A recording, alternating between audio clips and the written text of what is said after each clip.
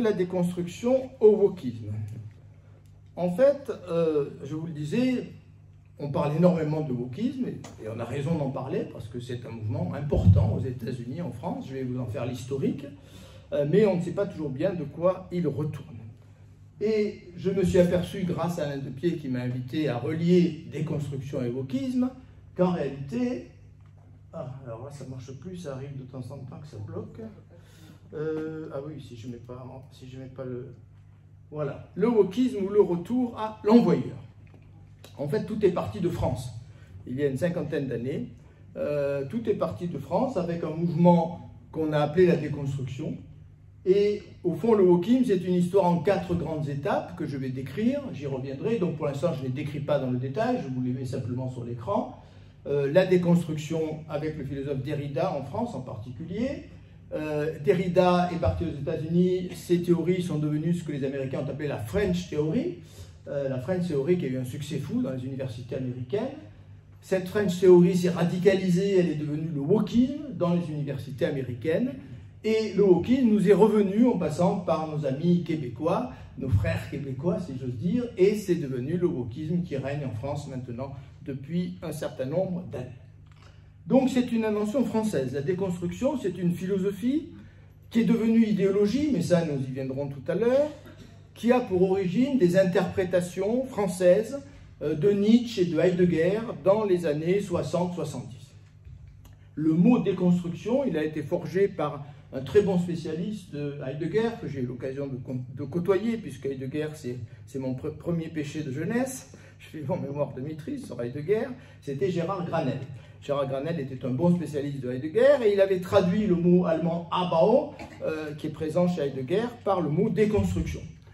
Et quelques années plus tard, le philosophe Jacques Derrida, qui était très peu connu encore à l'époque, a repris ce terme, et il en a fait l'étendard, en quelque sorte, de sa philosophie. Donc on associe aujourd'hui le nom de Derrida avec le mot déconstruction.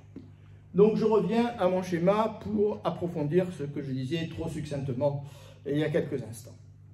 Cette déconstruction, donc, que j'essaierai de définir, pour l'instant je ne la définis pas suffisamment, mais je crois qu'on ne peut pas faire autrement pour la clarté de l'exposé, elle est devenue French Theory aux États-Unis.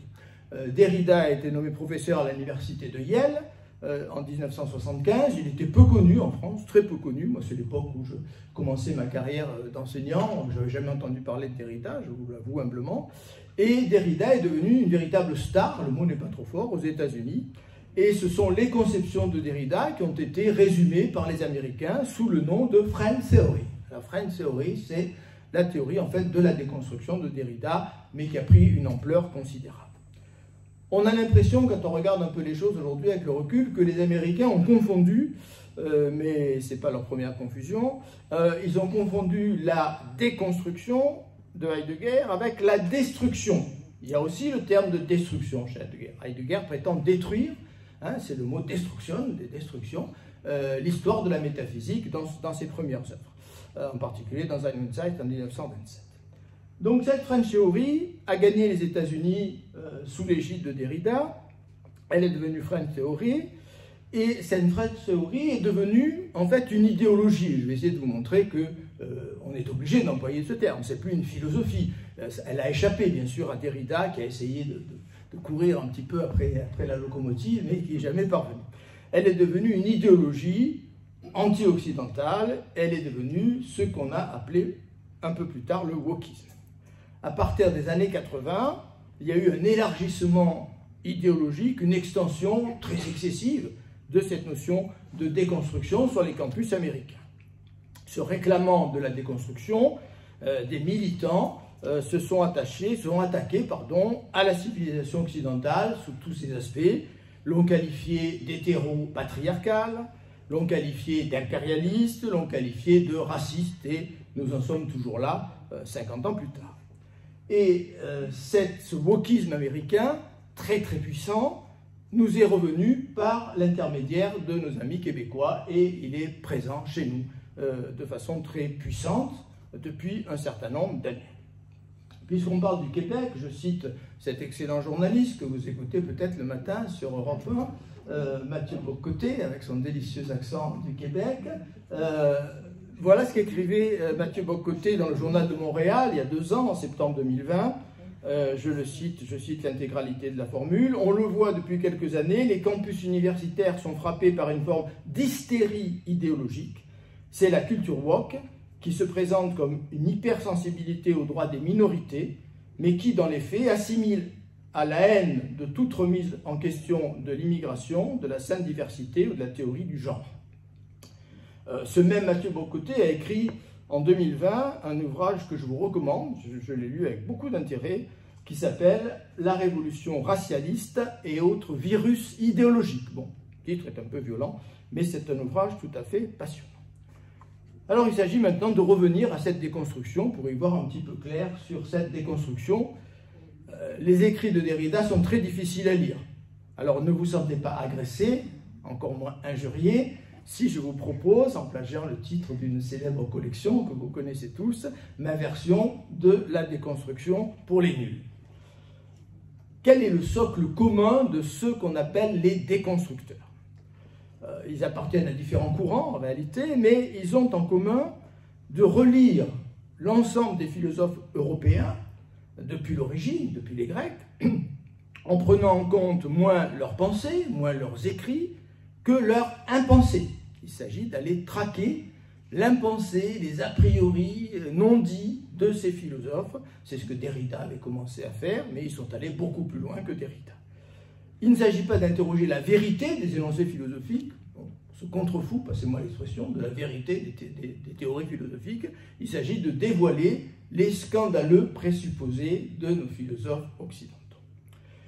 C'est une philosophie exclusivement négative. Et c'est peut-être le premier reproche qu'on peut lui faire. Je reviendrai à Nietzsche en fin de parcours. On a le droit de détruire pour reconstruire, mais détruire pour détruire, ça n'est pas un programme très enrichissant et très enthousiasmant.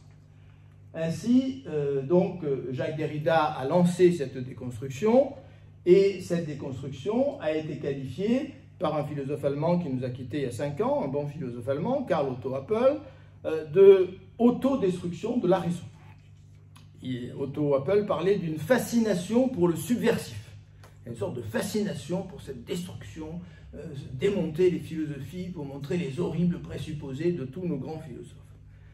Au fond, déconstruire, c'est détruire. Et tout à l'heure, je disais que les Américains ont peut-être commis une erreur de langage, de terminologie, mais en réalité, leur erreur est heureuse d'une certaine manière, parce que la déconstruction, elle est bien destruction. Il s'agit de pousser à la limite la destruction des traditions, la destruction des croyances, la destruction de tout ce qui a fait le socle, au fond, de notre civilisation. Alors, ces wokistes se réclament, ces déconstructeurs se réclament, sans doute à tort, j'y reviendrai dans la fin de mon exposé, ils se réclament de Nietzsche. Les adeptes de la déconstruction, appellent à la destruction des valeurs. Et c'est vrai qu'en un sens, Nietzsche a appelé à la destruction des valeurs, le vrai, le bien, le juste, tout ça doit être mis par terre. Mais ils appellent en fait, et ça c'est très peu nietzschéen, et j'y reviendrai, à la radicalisation de cette attitude. Ils croient à l'autodépassement, ils sont convaincus, pour dire les choses plus simplement, que le nihilisme peut être dépassé par davantage de nihilisme encore. En détruisant encore plus, on va finir par faire émerger quelque chose. Donc ça, c'est pas du tout, je vous le montrerai tout à l'heure, les idées de Nietzsche. Cette idée d'un autodépassement du nihilisme vient tout droit du philosophe Hegel, c'est Selbstaufhebung en allemand, l'autodépassement, c'est la dialectique de Hegel, thèse, antithèse, synthèse, vous avez tous entendu parler de ça, un jour ou l'autre, dans vos études ou ailleurs, vous en êtes débarrassé, vous avez bien fait, ça ne mène pas très loin.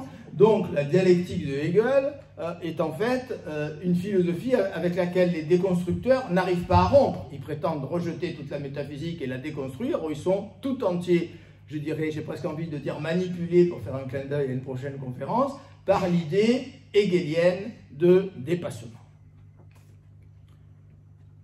Alors pour vous présenter plus avant le wokisme et la déconstruction, il m'a semblé qu'il y avait un fil conducteur majeur, un fil conducteur indispensable, qui est au fond ce qu'on peut aller, pour aller vite, l'idéologie coloniale, ou ce que j'appellerais plus exactement, en prenant appui sur un philosophe que j'aime bien, qui est Pascal Bruckner, qui nous a honoré de sa présence à la fête du livre de hier, il y a 2 ans.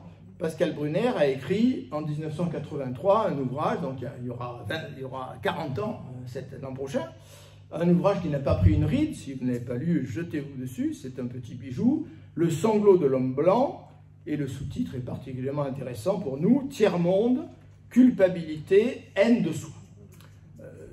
Bruckner est le premier, à ma connaissance, ou l'un des tout premiers, mais celui peut-être qui a mis sur la place publique ce grand débat.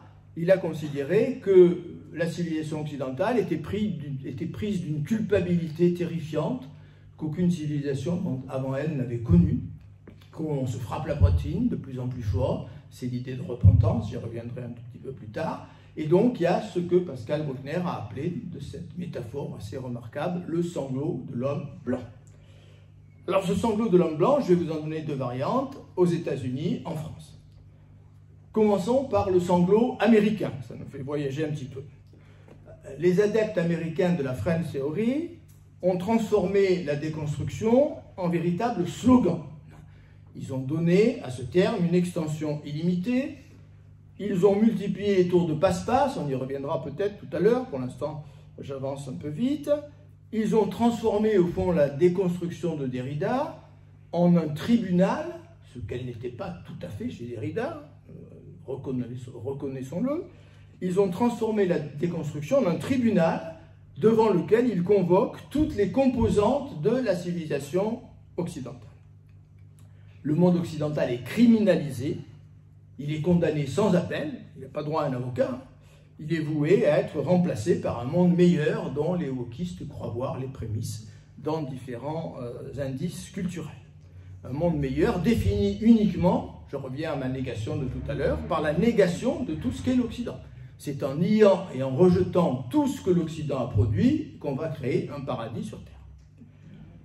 C'est parce que l'Occident a été colonisateur, bien entendu, qu'il est aujourd'hui accusé de tous les maux et qu'il doit faire repentance. C'est pour ça que je parlais tout à l'heure de ce fil conducteur qui est l'idéologie coloniale.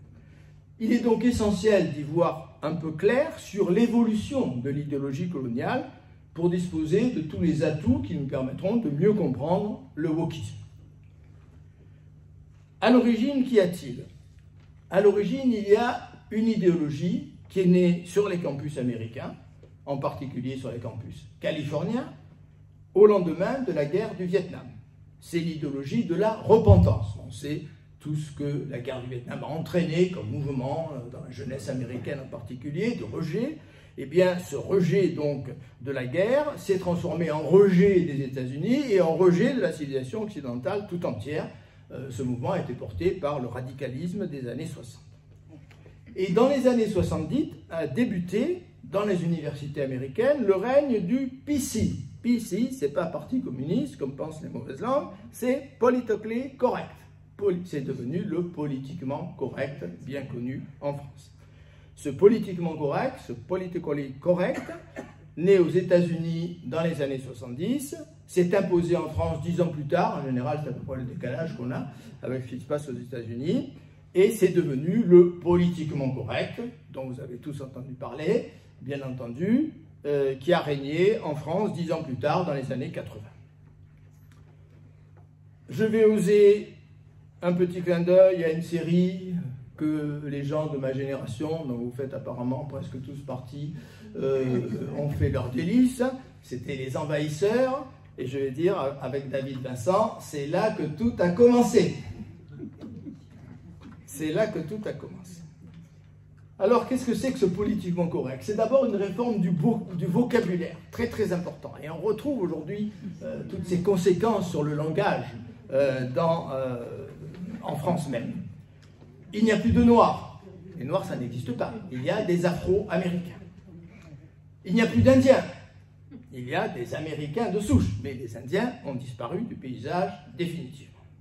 Il n'y a plus de ghetto, terme scandaleux, il y a des quartiers défavorisés. Donc vous reconnaissez tout ce vocabulaire qui est aujourd'hui ceux de nos médias, qui a été adopté par les médias américains, puis par les médias européens, sans aucun recul et sans aucune interrogation suivante. Quelles ont été les conditions d'apparition de ce politically correct? Il a fallu au fond la conjonction de 2 éléments. et je vais décrire et expliciter un petit peu ce schéma qui est sur l'écran.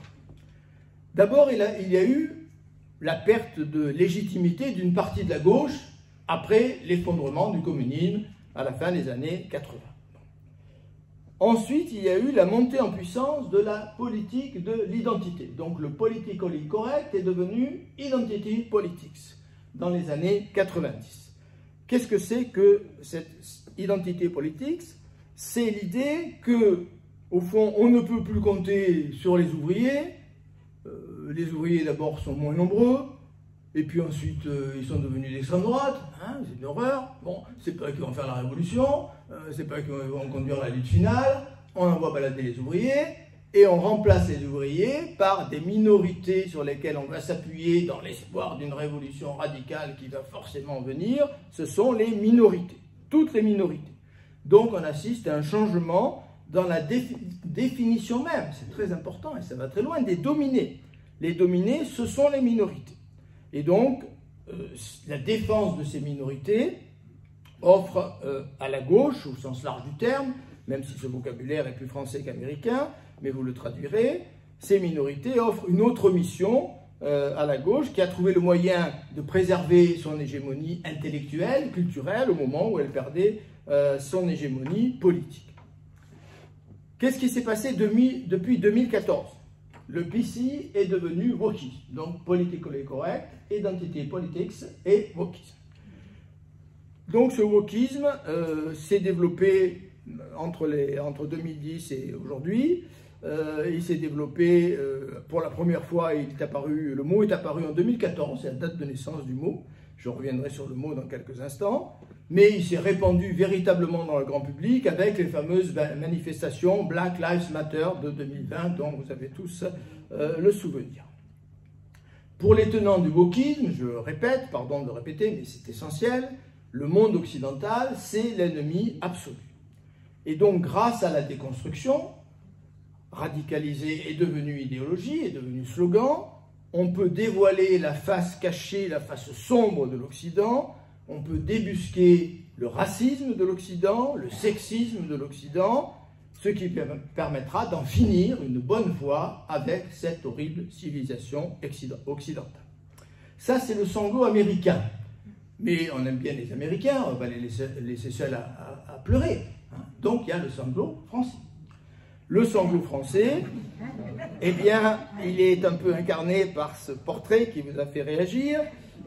L'idéologie, alors, dans une autre conférence, je m'étais amusé à faire le parallèle, enfin, l'historique, hein, entre les discours pro-coloniaux du 19e siècle, très laudatifs, Victor Hugo, Jules Ferry, hein, bon, c'était tous de fervents défenseurs, on allait apporter la civilisation, le bien-être, l'intelligence, à ce que Jules Ferry appelait quand même, d'un terme un peu violent, les races inférieures. Hein. Bon, ça c'est le fameux discours de Jules Ferry à l'Assemblée nationale. Bon, mais en fait tout le monde était d'accord pour dire que c'était merveilleux d'aller coloniser ceux qu'on appelait les sauvages. Bon.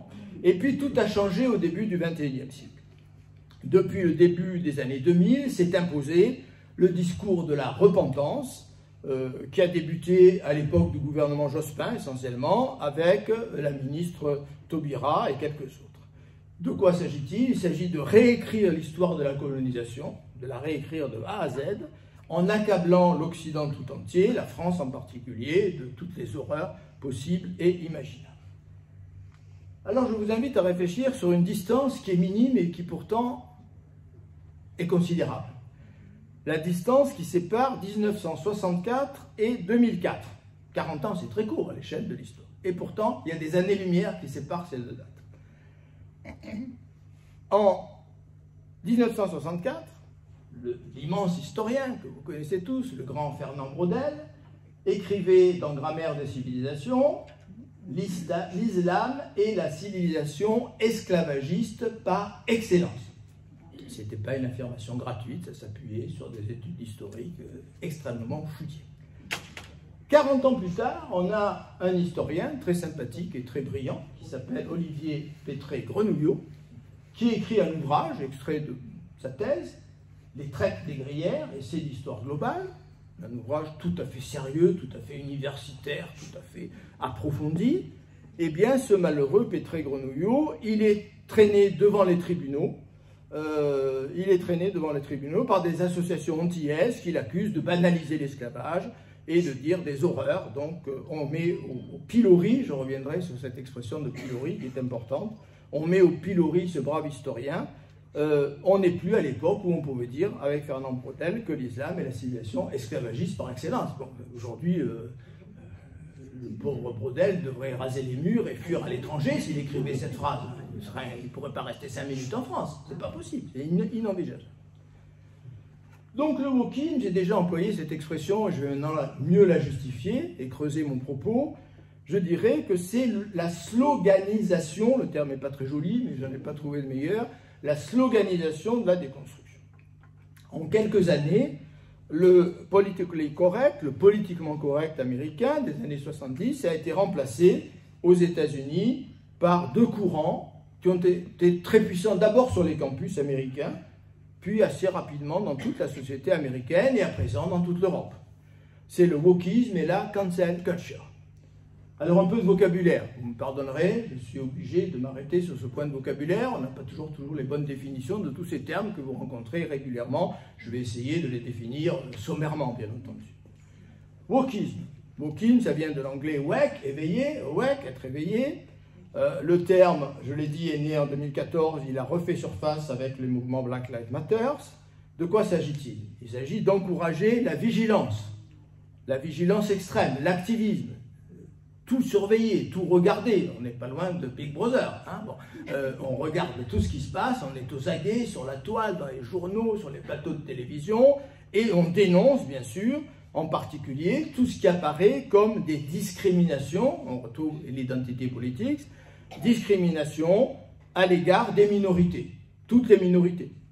Discrimination que subiraient ou que subissent, parce qu'il y a bien des discriminations, il ne s'agit pas de contester, la communauté LGBT, les femmes, les immigrés et d'autres populations dites marginalisées.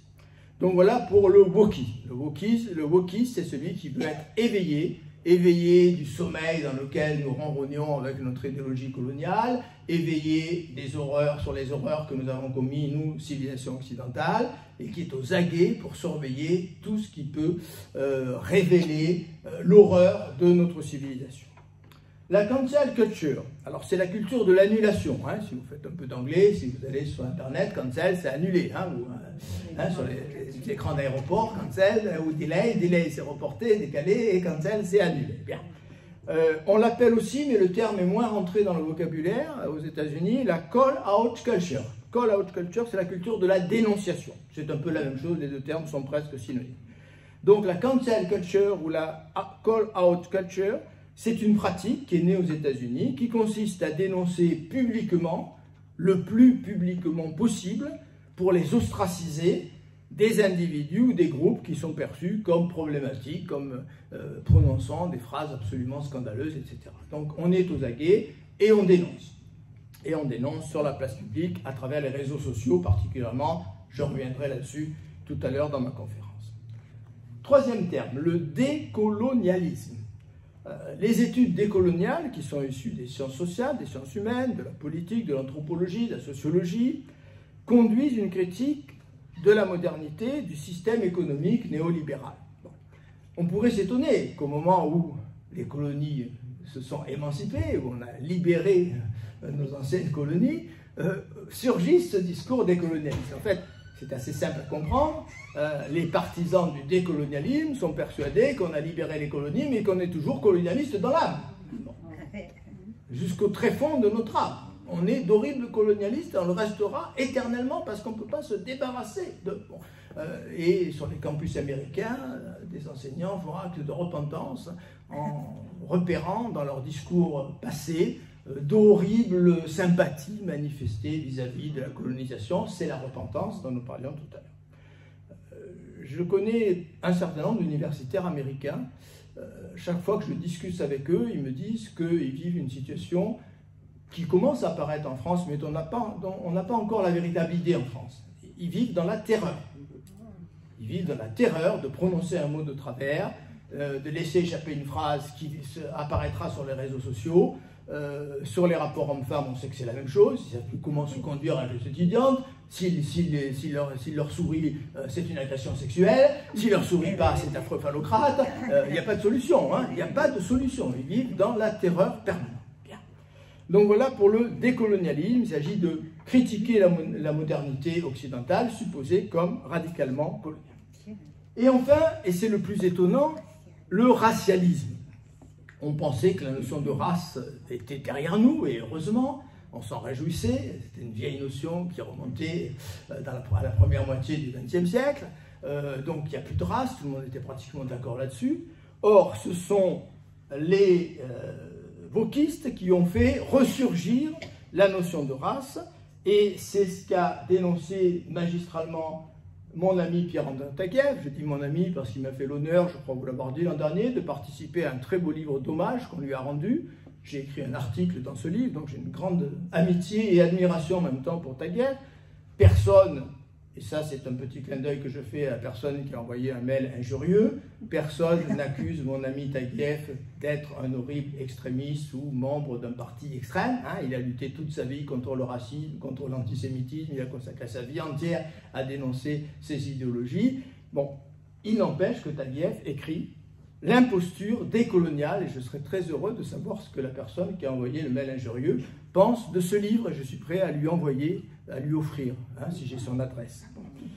L'imposture décoloniale, science imaginaire et pseudo-anti-racisme. Dans ce livre, Taguieff dénonce le sectarisme, le dogmatisme dans lequel les auteurs qui se réclament des études décoloniales s'enferment de plus en plus. Je cite un extrait de ce très beau livre que je vous recommande également. La définition antiraciste du racisme a été fabriquée par des militants afro-américains révolutionnaires à la fin des années 60. Qu'ils en soient conscients ou non, les Blancs seraient des dominants et des racisants. Phrase suivante, essentielle. Il s'ensuit que le racisme anti-blanc ne peut pas exister. Il ne peut pas y avoir de racisme anti-blanc puisque nous sommes les seuls racistes. Donc les autres ne pouvant pas être racistes, il n'y a pas de racisme anti-blanc.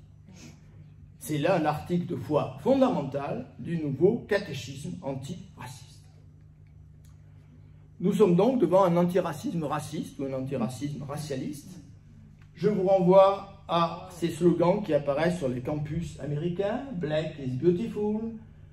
Black is, je ne dis pas le mot, excellent, etc., etc. Bien. Imaginez qu'on mette sur nos campus des slogans disant white is perfect. Ça serait il y aurait des émeutes partout dans le pays. Non, tranquillement, dans les campus américains, on fait ainsi l'apologie d'une couleur de peau, hein, parce que jusqu'à présent, black, ça veut dire noir. Hein, bon, ou alors, mes connaissances en anglais sont un peu limitées. Bon. On fait l'apologie d'une couleur de peau, on remet au premier plan une leçon de race, on raisonne à nouveau en termes de race. Alors, creusons un peu ce qui s'est passé aux États-Unis. On est passé du logocentrisme au leucocentrisme. Alors, un peu de vocabulaire là encore, je suis désolé de vous abreuver de mots, mais c'est important si on veut se repérer. Parce que c'est aussi une façon, on se masque derrière les mots, hein, et donc les mots aussi se masquent parfois derrière le vocabulaire. Derrida est parti de la dénonciation du logocentrisme. Alors, on n'a pas le temps de rentrer dans les détails, on le fera si ça vous intéresse dans le débat. Il dénonce justement le privilège excessif de la raison, de l'écriture. Il dénonce donc la façon dont les philosophes occidentaux ont construit leur théorie, leur métaphysique sur des impensés que lui il décortique. Donc il démonte la philosophie occidentale, ce qui n'est pas du tout scandaleux en soi. Hein. Je veux dire, bon, on a le droit de se livrer à cet exercice intellectuel s'il est bien mené, s'il est intelligent, s'il est bien conduit. C'était souvent le cas, reconnaissons-le, de Derrida. Même si je ne suis pas un fanatique de Derrida, son entreprise est respectable. Eh bien, sur les campus américains, on est passé du logocentrisme au phallogocentrisme. Vous voyez ce mot valise là, composé à partir de phallocratie et logocentrisme. Hein? Phallogocentrisme, c'est un mot qui rassemble phallocratie et logocentrisme. Et Derrida, voulant être bien accueilli, et chaque fois qu'il se rendait aux États-Unis, a fini par intégrer ce mot à sa propre philosophie, ce qui est un petit peu gênant quand même. Bon. Et puis, les militants du campus américain ne se sont pas contentés de dénoncer le phallogocentrisme, ils sont arrivés à la dénonciation du leucocentrisme. Leukos, ça veut dire blanc en grec. C'est des attaques contre tout ce qu'on appelle le privilège blanc. C'est une exhortation, je cite des textes, à détruire, déconstruire l'innocence blanche. Nous autres blancs, nous sommes innocents parce que nous sommes ignorants de nos présupposés. Nous ne repérons pas l'horrible racisme, colonialisme, impérialisme qui est tapis au fond de nous et qui ne demande qu'à ressurgir. Et donc il faut rendre hommage à ceux qui nous éveillent et qui nous rendent attentifs à cette horreur que nous portons au fond de nous. La déconstruction est devenue le pivot idéologique d'une nouvelle vision révolutionnaire du monde qui prend le nom de décolonialisme. Les féministes noires américaines dans les universités se sont acharnées contre ce qu'elles appellent le savoir eurocentrique et androcentrique. Je donnerai des exemples tout à l'heure. Elles ont mis en cause, je cite, Patricia Hill Collins, une universitaire américaine, elles remettent en cause la procédure de validation du savoir contrôlée par les hommes blancs, dont le but est de présenter le point de vue blanc et masculin.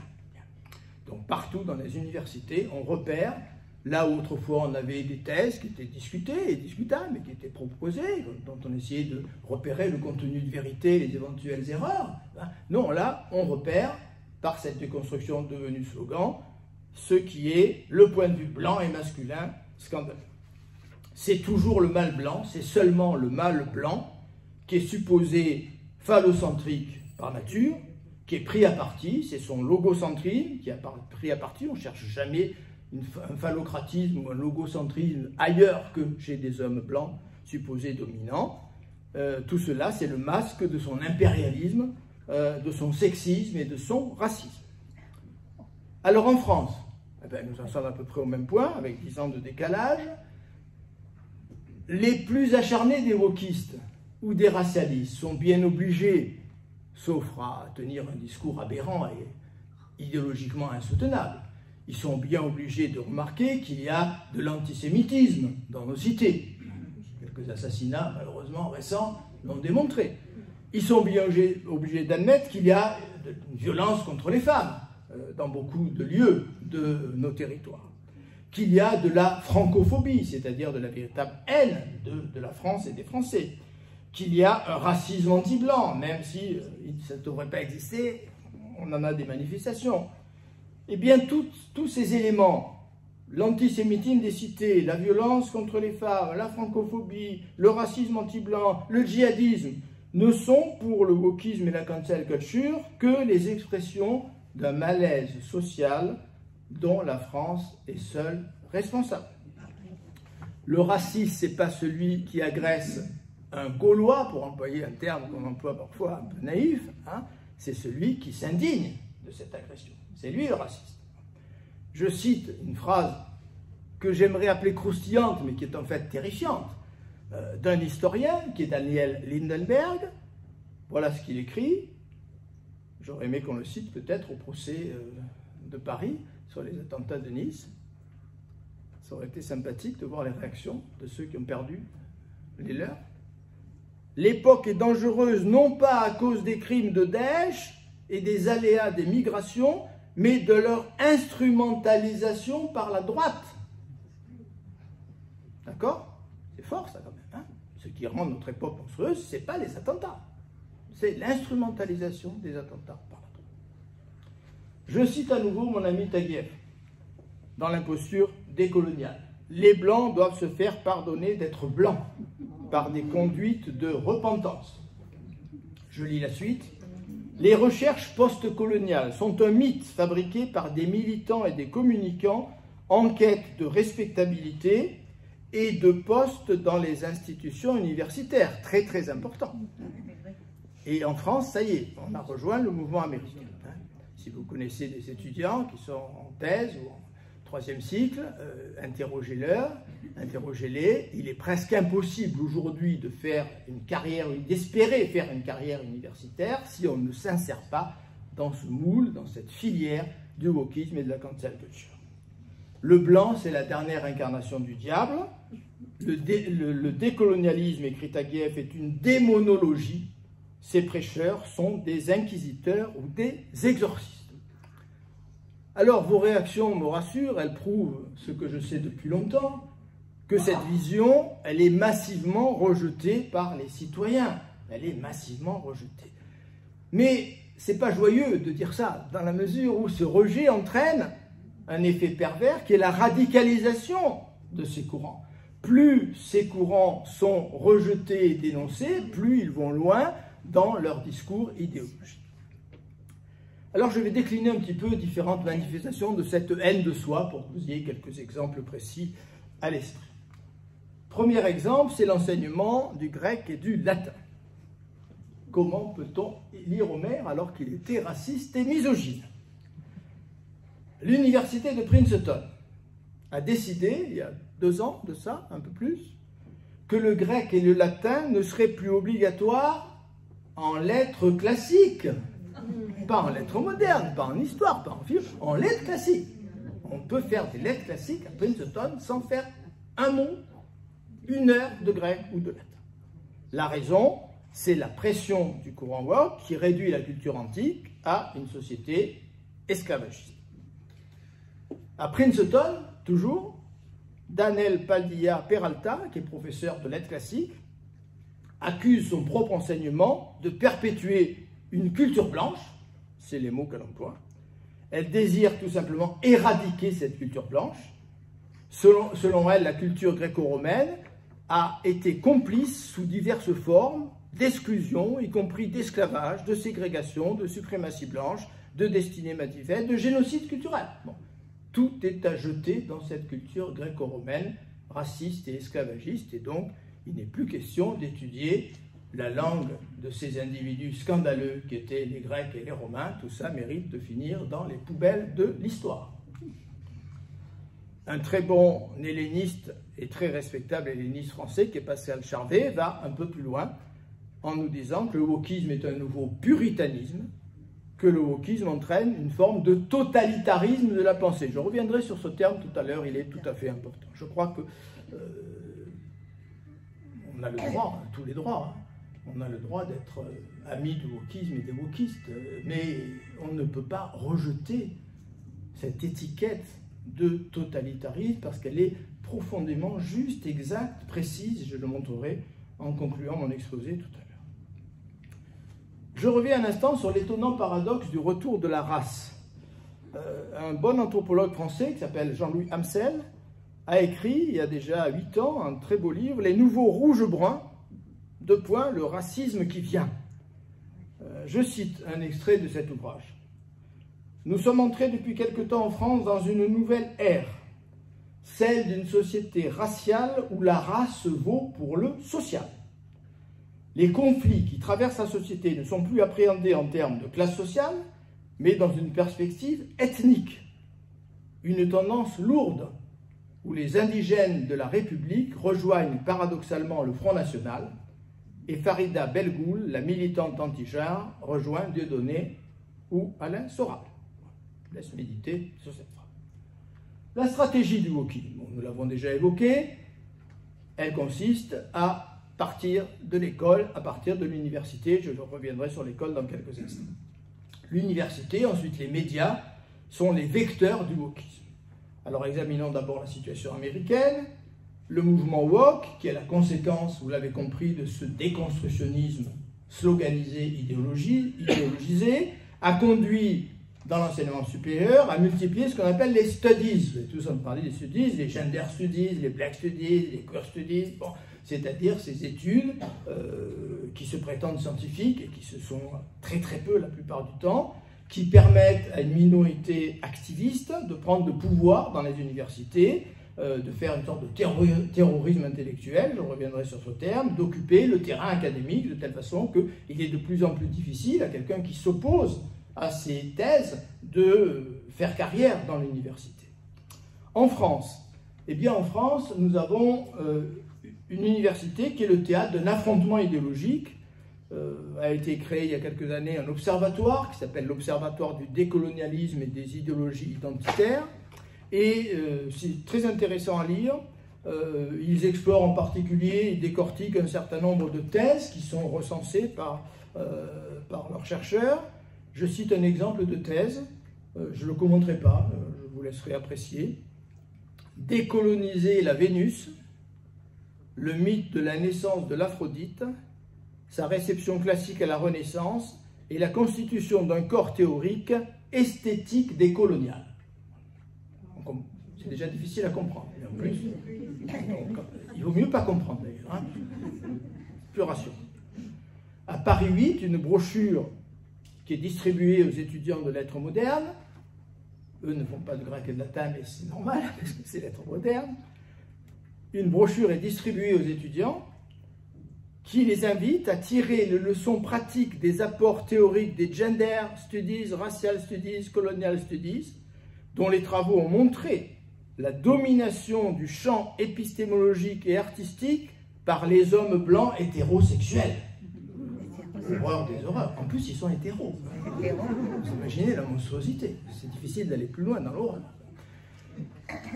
Donc il y a tout ce qui se passe au sein de nos universités, mais il y a aussi ce qui se passe, et beaucoup d'entre vous sont grands-parents, soyez attentifs à ce qui se passe dans nos écoles.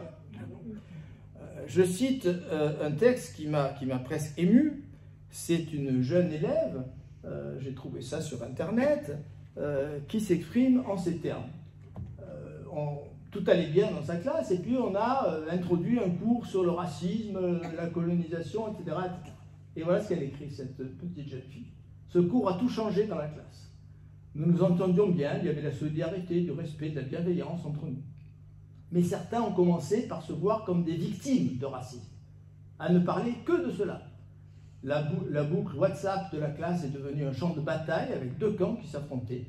Il y avait les blancs accusés de racisme et les basanés, bon, c'est un terme que l'on peut employer, mais bon, elle est toute mignonne, on peut lui pardonner, hein, et les basanés qui parlaient d'esclavage, de colonialisme et d'inégalité. Ce cours n'a pas fait réfléchir, il a installé un climat de haine, transformé en victime certains de mes camarades qui allaient très bien jusque-là. Bon, je crois que ce texte est très beau, hein, bon, il fait réfléchir à ce qu'on sème au fond dans de jeunes cerveaux, de telle façon que des individus qui se sentaient à peu près intégrés se sentent tout à coup rejetés et vont devenir haineux et qu'on sème des graines de discorde et de haine qui sont absolument épouvantables. Ça commence à la maternelle. J'ai trouvé sur Internet ces panneaux, classe de moyenne et de grande section, donc vous voyez l'âge très très bas de ces pauvres enfants. On introduit un débat sur l'égalité garçon-fille, etc., etc. Est-ce qu'à cet âge-là, on est suffisamment formé, évolué, éduqué pour mener un débat de ce type? Non, ça ne peut pas être un débat. Donc si ce n'est pas un débat, qu'est-ce que c'est? C'est du formatage, c'est du bourrage de crâne. Ça ne peut pas être autre chose, hein, encouragé par les instances de l'éducation nationale. Et donc, nous avons ce que j'ai appelé le retour du pilori. Alors tout à l'heure, on parlait de la dénonciation, hein, la cancel, culture de la dénonciation. On a un exemple qui est peut-être le plus spectaculaire qu'on puisse donner et qui remonte déjà à pas mal d'années. Cet exemple, il est le suivant. Il faut que je retrouve ma petite fiche. Voilà. Une pauvre jeune anglaise, ça se passe en 2013, donc il y a presque 10 ans déjà, a vu sa vie brisée véritablement en quelques heures à peine. Elle prenait l'avion à Londres pour le Cap en Afrique du Sud où vit une partie de sa famille. Et en une demi-journée, elle qui était directrice d'un service de relations publiques dans une maison d'édition, a subi un lynchage médiatique.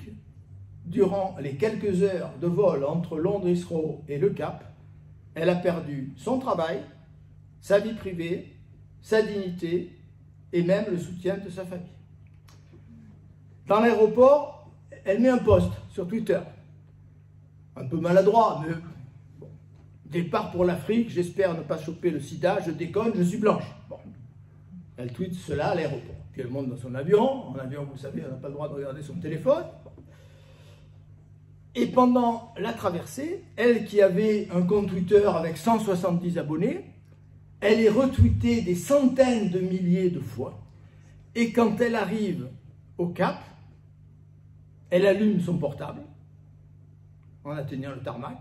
Et là, les premiers signes étranges apparaissent. Entre le 20 décembre et la fin du mois, le nom de Justine Sacco est tapé 1 200 000 fois sur Google.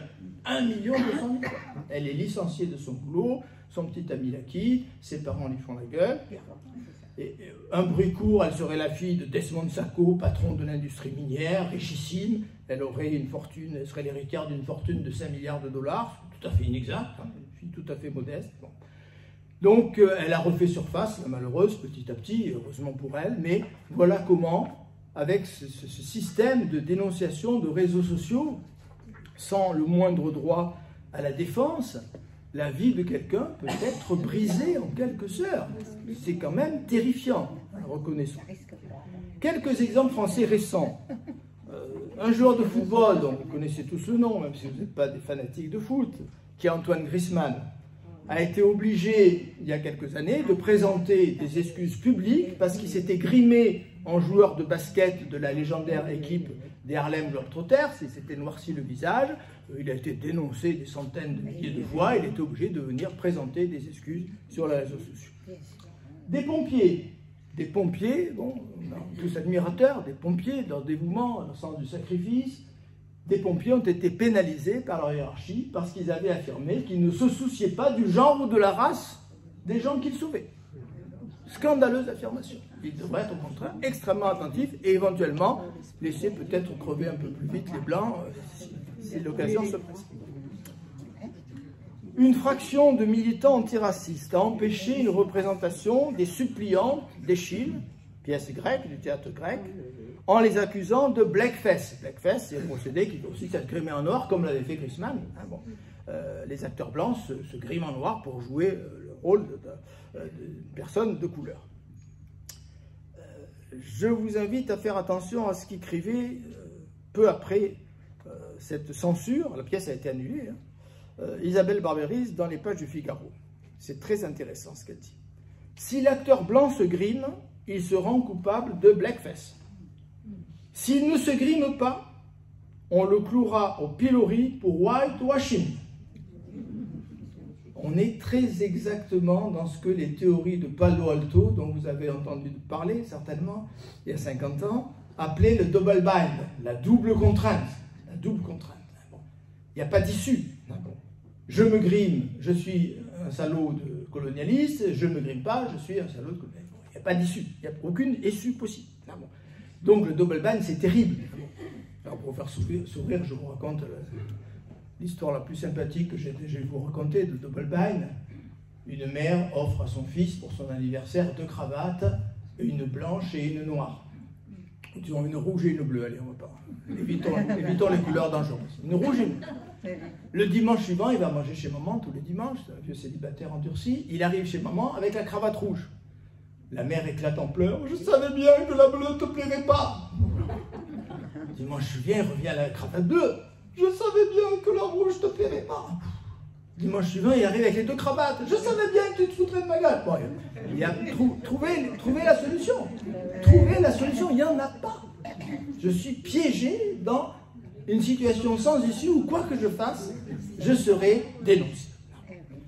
La procédure est toujours la même, indignation sur les réseaux sociaux, attaque sur ces réseaux sociaux, appel aux autorités, c'est le name and shame dont a été victime la malheureuse Sacco. Alors, on est effectivement dans le système du pilori. Et on est dans, je dirais, la dernière version, au fond, de l'idéologie communiste. Appelons les choses par leur nom. Il ne s'agit pas d'en finir seulement avec le capitalisme, cette fois. Il faut en finir avec la civilisation occidentale. Il faut criminaliser tous les héritages de cette civilisation. En s'attaquant à la langue en particulier, on pense à l'écriture inclusive et à tout ce qui s'ensuit. Nous sommes devant une idéologie profondément nihiliste. Profondément nihiliste. Le pilori, c'était ce poteau où on attachait le criminel, on l'exposait à la vue de tous. Mais ce criminel, il avait subi un procès, bon, peut-être pas très équitable, je vous l'accorde, enfin, il avait eu un avocat, on l'avait défendu. Celui qui est dénoncé sur les réseaux sociaux, il n'a droit à rien. Il n'est pas défendu, il n'a pas droit à un avocat, et double bind, s'il ouvre la bouche pour se défendre, il est encore plus coupable. S'il dit rien, il est coupable, s'il parle, il est coupable. Et donc, on a l'impression effectivement qu'on est devant une idéologie profondément nihiliste. Le nihilisme à son apogée. Donc, qu'est-ce qui permet de dire que nous sommes devant une résurgence, une des dernières résurgences, au fond, de cette idéologie qui a été l'idéologie communiste ou stalinienne. Certains préféreront peut-être qu'on dise stalinienne pour ne pas réduire le communisme à cela, je le respecte complètement, de l'idéologie stalinienne qui a sévi un petit peu après la Seconde Guerre mondiale, avant et après. Donc, qu'est-ce qui permet de dire cela? Il me semble que la notion nietzschéenne de nihilisme, c'est celle qui permet de rassembler les différentes facettes du wokisme. Les wokistes réentonnent le vieux refrain « Vive la décadence ». Est-ce qu'ils ont raison de se réclamer de Nietzsche? Alors, il est vrai que Nietzsche lui-même a écrit en 1884, mais il y a beaucoup d'autres occurrences de cette formule. Un monde qui s'effondre est un plaisir non seulement pour le spectateur, mais aussi pour le destructeur. L'Europe est un monde qui s'effondre. Bon, voilà, ça, c'est une phrase de Nietzsche, elle est incontestable, il a écrit ça. Bien. Mais on ne peut pas oublier une seconde que Nietzsche est le penseur de l'affirmation, le penseur de la créativité. Je vous renvoie à un texte majeur, qui est peut-être le texte par lequel on peut rentrer dans la philosophie de Nietzsche, c'est le premier chapitre du premier livre d'Ainsi parlait Zarathustra, où Nietzsche dit « L'homme a connu 3 phases, la phase du chameau, la phase du lion, la phase de l'enfant. » Je faudrait beaucoup de temps pour vous décrire tout ça. Très rapidement, après avoir cru que les valeurs tombaient du ciel, qu'il n'en était pas l'inventeur, qu'elles venaient des dieux, ou de Dieu ou des dieux, il est entré dans une période de révolte, c'est le XVIIIe siècle, c'est l'athéisme, etc. etc. Bon, il a détruit toutes ces valeurs quand il a compris qu'il n'en était pas le créateur. Mais ce serait mécomprendre gravement Nietzsche de penser que cette destruction est une fin en soi. Cette destruction n'a de sens que si au lion succède l'enfant. L'enfant qui joue, l'artiste, le créateur, alors que les wokistes se contentent de réagir contre. Et c'est aussi ce qu'on peut reprocher à la déconstruction.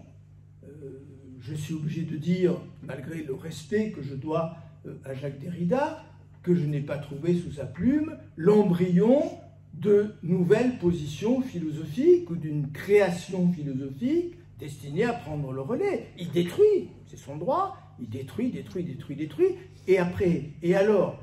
Et on retrouve l'idée que je signalais au début de mon propos, l'idée hegélienne de Selbst auf Eboul. Il détruit avec l'idée que peut-être quand la destruction sera terminée, quand on sera au bout de la destruction, quelque chose poindra, mais c'est quand même très problématique. Alors, pour vous rassurer au terme de cette conférence un peu inquiétante, j'en suis bien conscient, quelques éléments d'optimisme. Pendant longtemps, on a été aveugle, en fait, à ce wokisme et à ses dangers. Les choses sont en train de changer, commencent à peine à changer, c'est pour ça que cette conférence arrive, je pense, au bon moment.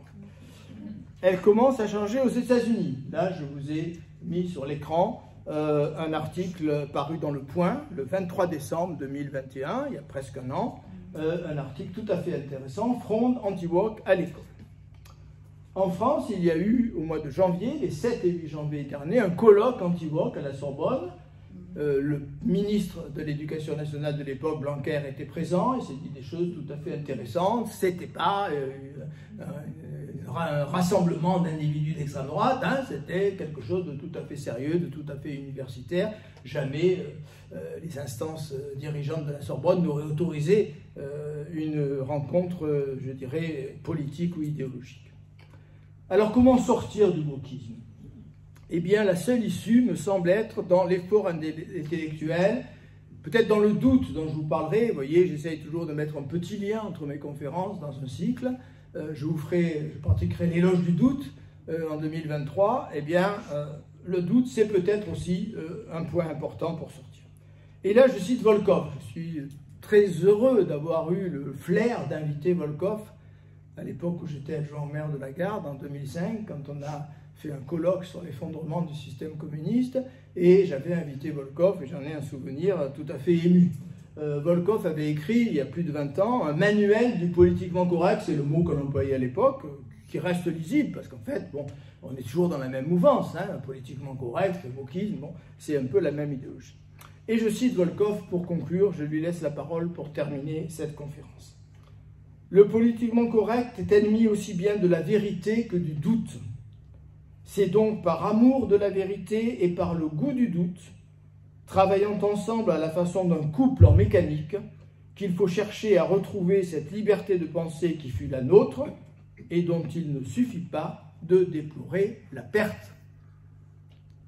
Je vous remercie infiniment de votre remarquable attention.